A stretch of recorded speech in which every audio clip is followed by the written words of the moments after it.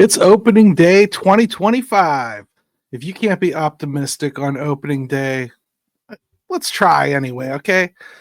The three biggest reasons for optimism before the first pitch is thrown, and that's what's next on Locked On Pirates.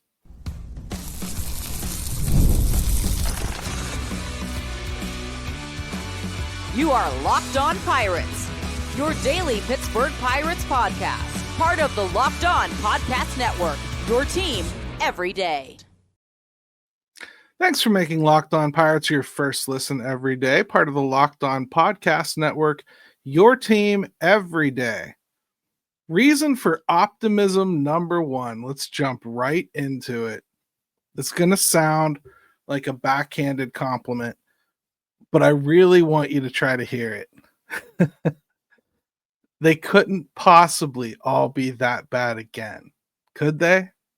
I mean, we had some guys who were historically bad.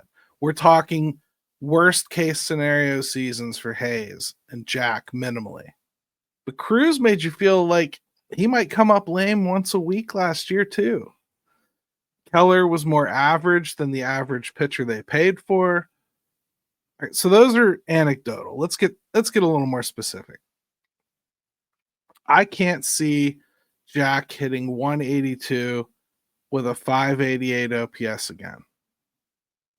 I mean, he may not be what he looked like in 2023, but he ain't that either. You know, what do I expect? Well, better. Get it? Optimism, right? I expect him to be somewhere in between there at least, right? Got to be better than last year. It almost feels like last year was, kind of an aberration, and so was 2023 in some ways. And you kind of average that out when you feel like things were kind of unfair on both sides of things, right? I think Cruz has better than a 773 OPS in him. And while I don't see him as a high average guy, I do think he should get on base a little bit better than 324. Look at the lineup. He'll get pitched around if he lets it happen. I mean, that's not optimistic, I suppose, but he should probably have some walk opportunities if he wants to. This spring, what's funny is Haynes is gone, and Cruz suddenly looks like the guy who has the bat frozen on his shoulder with 2 strikes, doesn't he? Like, let's pray that doesn't continue into the season. Let's keep this optimistic. I think Joey Bart will play more than 80 games this year. And that makes me feel like all of his cumulative numbers are going to go up. How many more? I don't know, maybe as many as 40? Some of that will be as a DH, I'm sure, but you add 40 games onto what he was doing last year, and that is a heck of a lot more productive hitter than I think we're even giving him credit for, and a lot of us are probably giving him a little too much credit.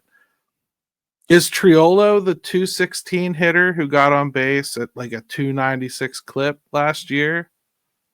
Or is he the BABIP freak who hit 298 in 54 games in 2023?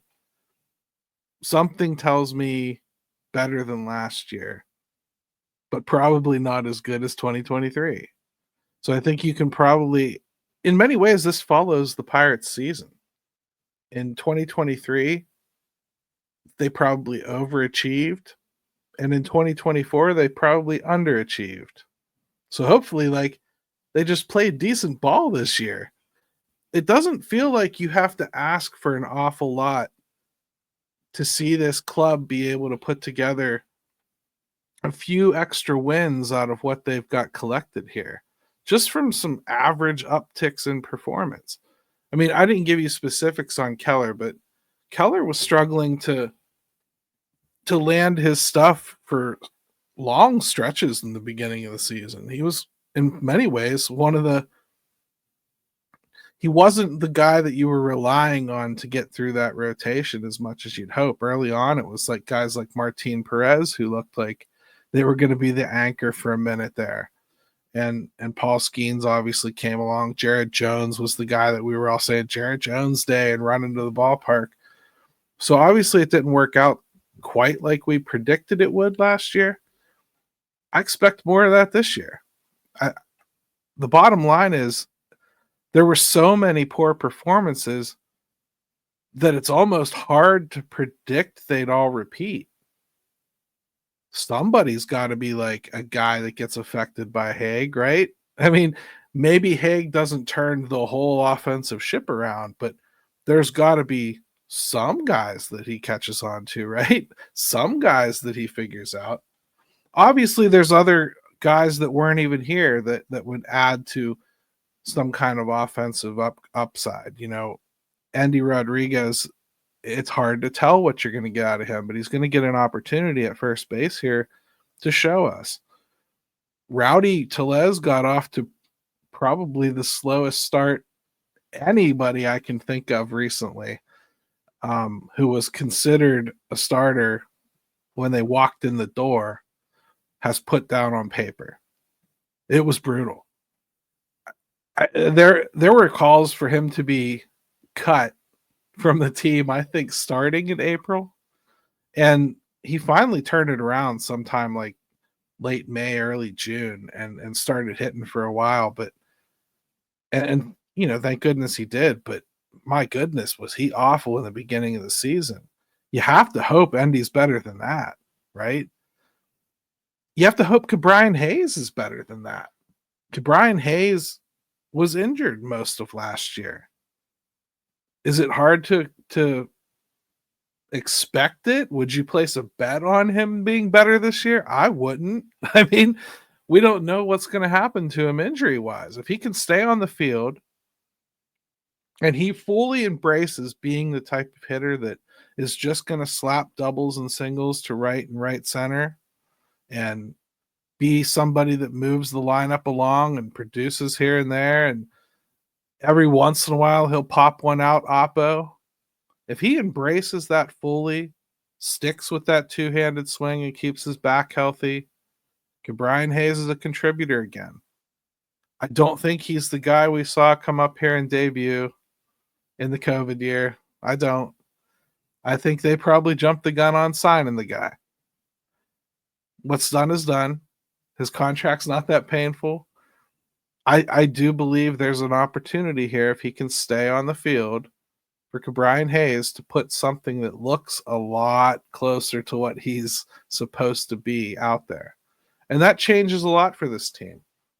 If a guy like Ke'Bryan Hayes is hitting even what he was in, 2023, that's a guy that towards the end of 2023 anyway, when he really looked like he had kind of figured some things out, doing exactly the things I just talked about, that's a guy that changes everything. He's sitting in your 6 or 7 hole, the whole lineup lengthens.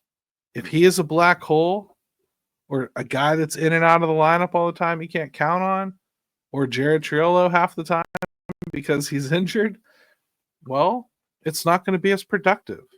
That's kind of how this works. But if you want optimism, those are 2 big reasons for it. Guys like that coming back and producing way better than they did last year.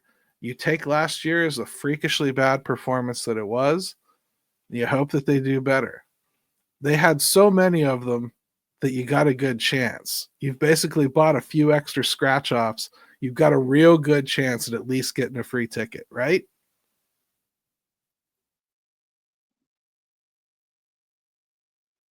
Baseball season is in full swing, and there's no better way to get in on the action than with Prize Picks, the best place for daily fantasy sports.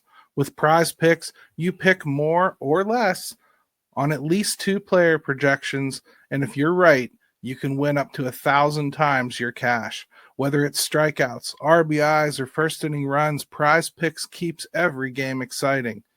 Setting up a lineup takes less than 60 seconds, and when you win, your payout is quick, safe, and secure. Download the app today and use the code LOCKEDONMLB to get $50 instantly after you play your first $5 lineup.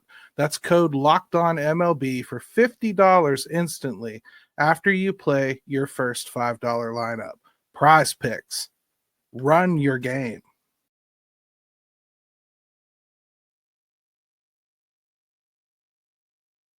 Get the supplies you need from the site made for skilled trades, Supply House.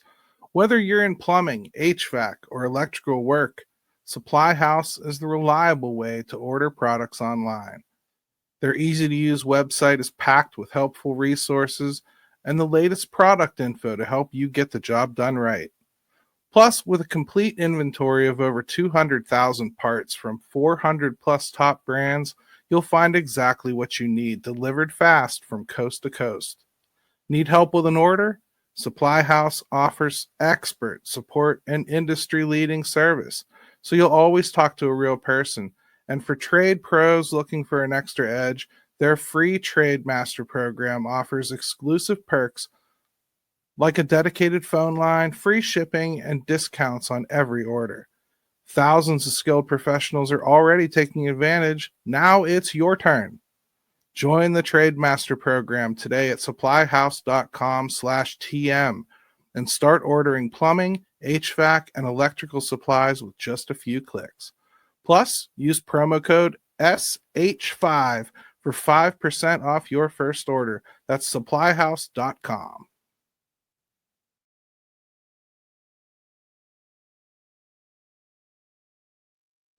All right, more fun here on Locked On Pirates. It's reason for optimism in number 2, the depth.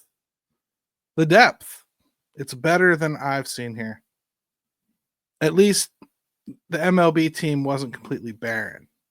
I've seen what looks like a lot coming, and the team had nothing, and it's hard to get as excited about it when your team needs everything. You could get carpet bombed and fill in some appropriate holes. So it's a little bit different when your team has stuff. Even during the last run, I don't feel like we were at this point. I don't feel the Pirates had a decent crop of players coming when they already had a team that was pretty much fully fleshed out. Yes, I know we've talked about a lot of the deficiencies. A lot of that is caused by young players kind of onboarding too. So there is an awful lot of, let's say like they're successful with Jack this year and he does turn it around. Well, Jack is a guy that took 3 or 4 years to come along and cultivate. So you think about a guy like Nick Gonzalez, he's on his second year.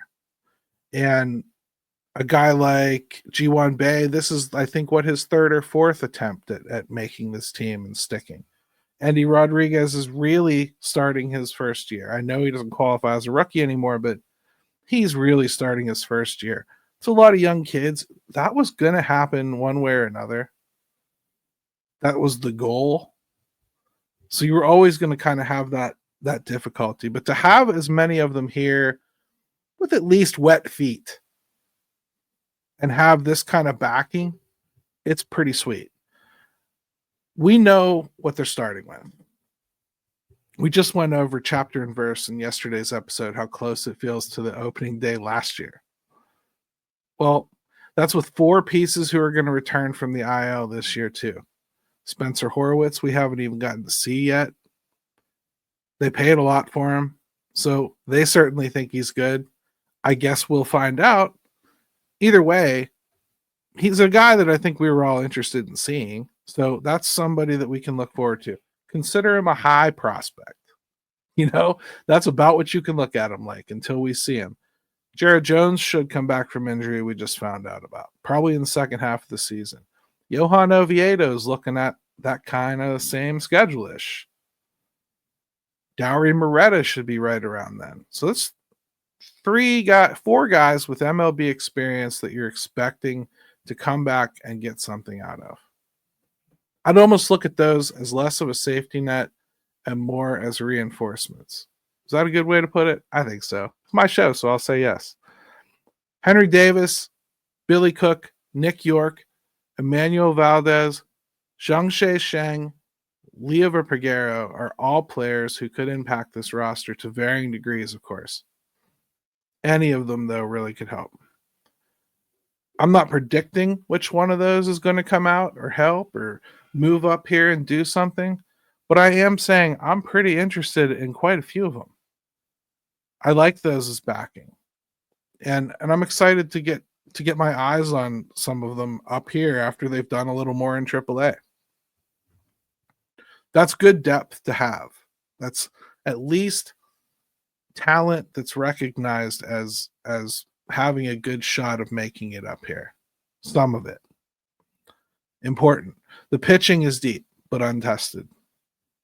Braxton Ashcraft's down there, Mike Burrows, Bubba Chandler, Thomas Harrington, Sean Sullivan, Eddie Yeen are all guys that, I guess, Mike Burrows has had his debut, but it was a real small cup of coffee, right? We're talking like the Paquito size down there at the Starbucks.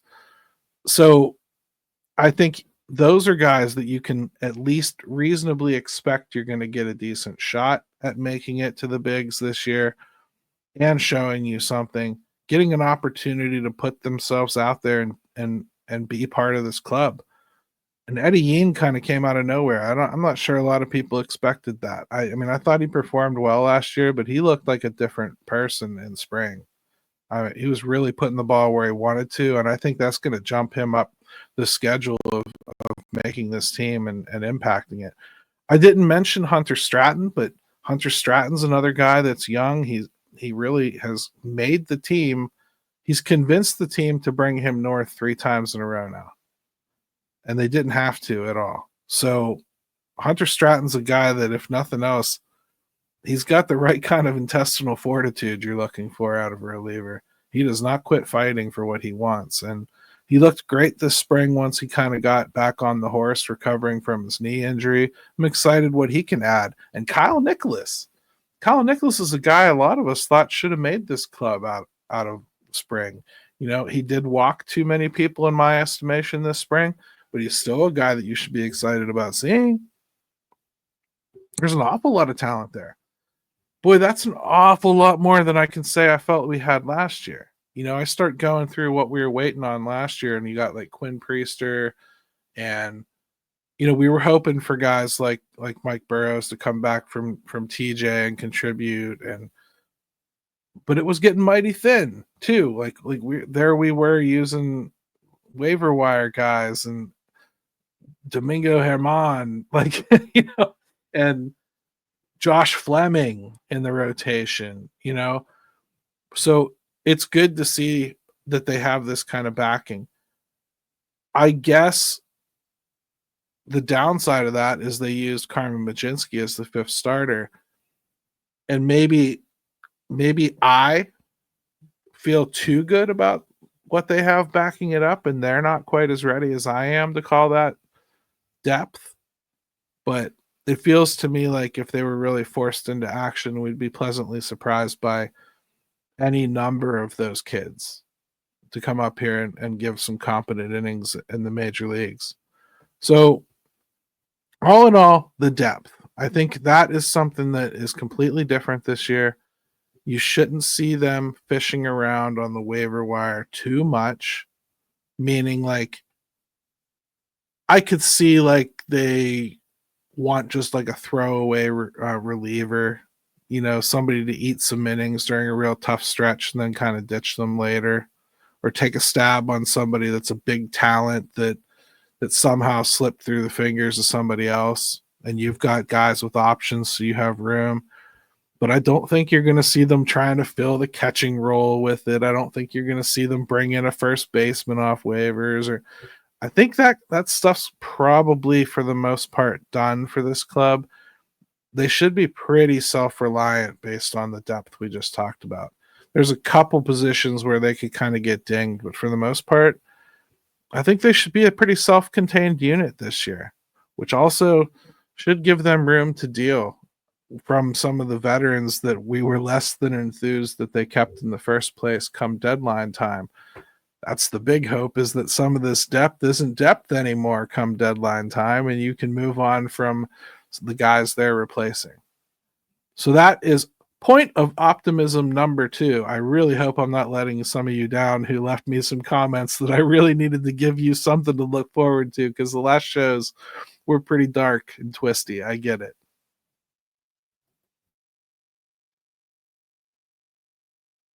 Looking for a snack that's both delicious and nutritious? Crack into a good source of protein with Wonderful Pistachios. Wonderful Pistachios is one of the highest protein nuts. Each 1 ounce serving has 6 grams of protein, giving you over 10% of your daily value. Plus, they're packed with fiber and better for you unsaturated fats to help keep you feeling fuller longer. I love them when I'm on the golf course. They really help me get through 18. I wish they'd help my score a little more, but I certainly feel like I have a little more energy by the time I get done, which is always a good thing. So get snacking and get cracking with the snack that packs a protein punch. Visit wonderfulpistachios.com to learn more.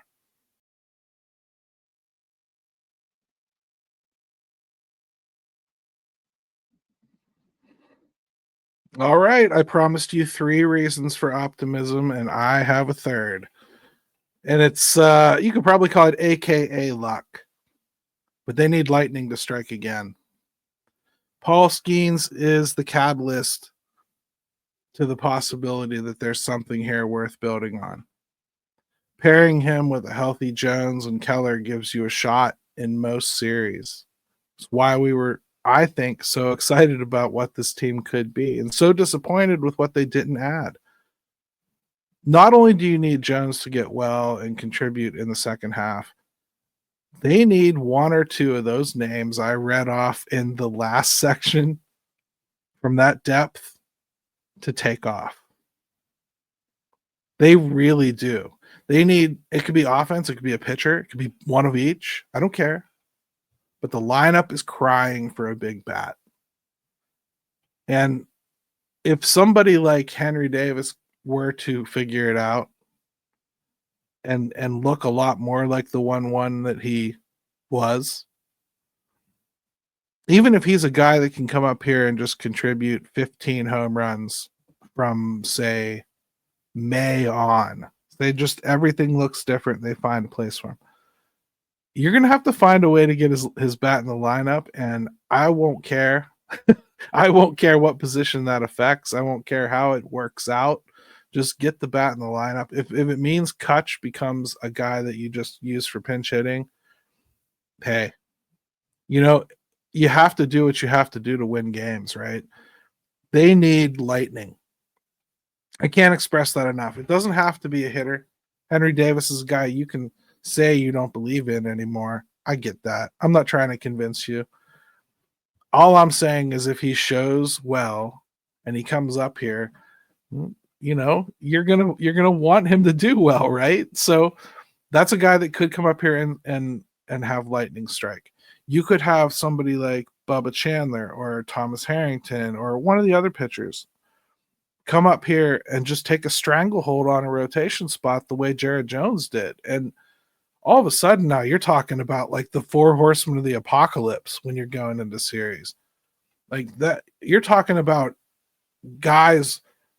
teams hoping that when you put out those probable pitchers that they get the one they're not scared of. And oh, by the way, he's not bad either.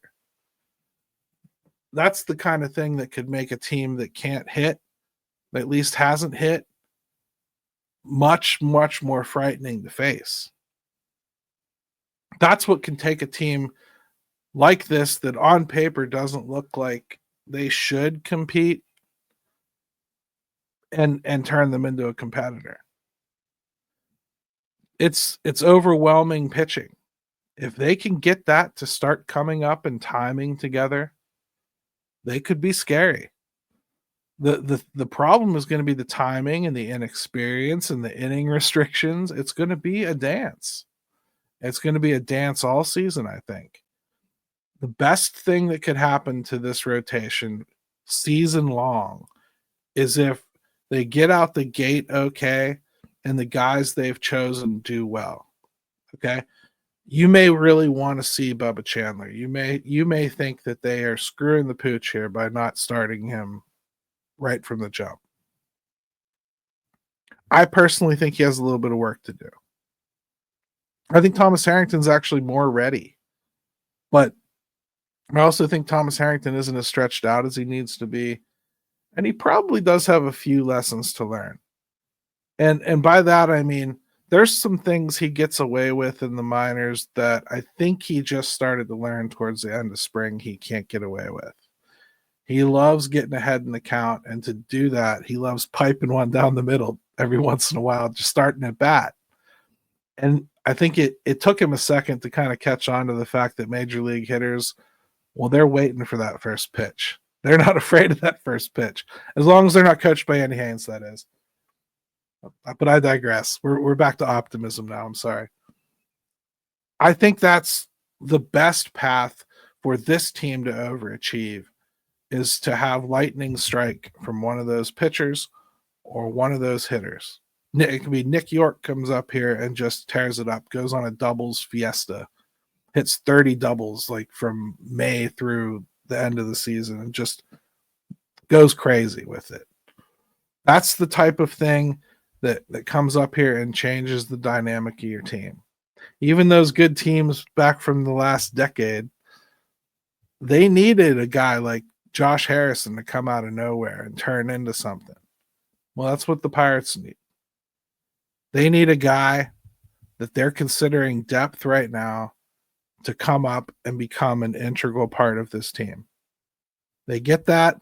They've got a chance to really change the chemistry of this team. Right now, I think it's teetering. I think they can be a 500 team. They need these three things that I'm optimistic about that I've outlined in this episode to absolutely happen this year. It's a lot to ask for, I know. But if you want to be optimistic, it doesn't have to be entirely like logical. I don't have to pretend like this is all lined up on the plate of what you're going to see. This is what I'm saying you have to see if you want this team to overachieve this year. And I certainly do. Thank you for making Locked On Pirates your first listen today. For your second listen, check out the Locked On MLB season previews. Every contender, every division, everything you need to know. Find all 6 episodes on Locked On MLB on YouTube or wherever you listen to podcasts. That's all I got today. Enjoy opening day as best you can. Even if you feel sour about the Pirates, it's still opening day. Sit back, watch it, enjoy it. Baseball's back. It'll make it feel like summer, even though flurries were flying around in the Pittsburgh area today. Plus, it's Paul Skeens Day. Let's get happy, people. Stay locked.